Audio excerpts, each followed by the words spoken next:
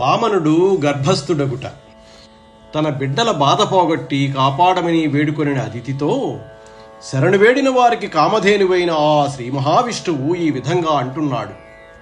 నీ కోడండ్రును నీ కుమారవరులున్ నీ నాథుడున్ నీవున్ సంశ్లోకింపన్ సతులన్ పతుల్ మిగుల సమ్మోదింప రాత్రించురుల్ సోకింపన్ భవదీయ గర్భమున తేజోమూర్తి జన్మించెదన్ భవదీయ గర్భమున తేజోమూర్తి జన్మించెదన్ నాకున్ వేడుక పుట్ట నీ సుతుడునై నర్తించి వర్తింపగాన్.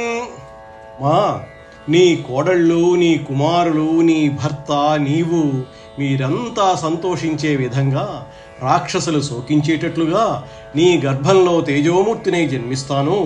నీకు పుత్రుడినై పుట్టి నీ ఒడిలో ఆడుకోవాలని నాకు చాలా వేడుకగా ఉంది అని శ్రీ మహావిష్ణువు అదితితో అన్నాడు.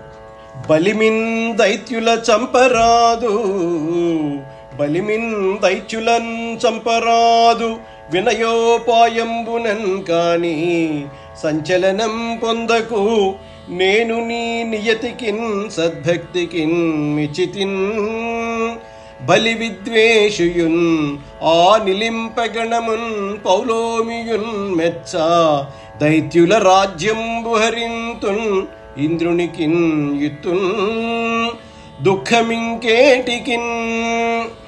సహనంతో కూడిన ఉపాయంతో తప్ప బలం చూపెట్టి రాక్షసులను మట్టుపెట్టడానికి వీలులేదు. నేను నీ నియమానికి భక్తికి సంతోషించాను.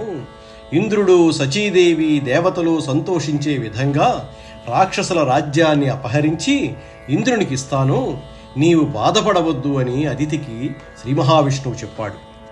నీ రమణుని సేవింపుము నీ రమణుని సేవింపుము నా రూపము మానసించి నలిని గర్భాగారంబు వచ్చి చొచ్చెదా కారామున పెంపవమ్మ కరుణన్ నన్ను.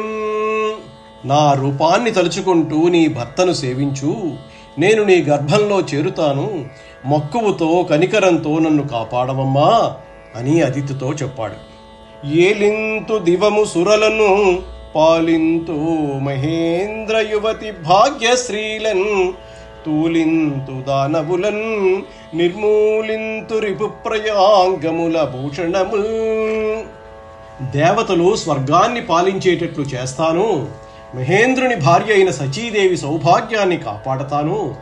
రాక్షసులకు స్వర్గాధిపత్యం లేకుండా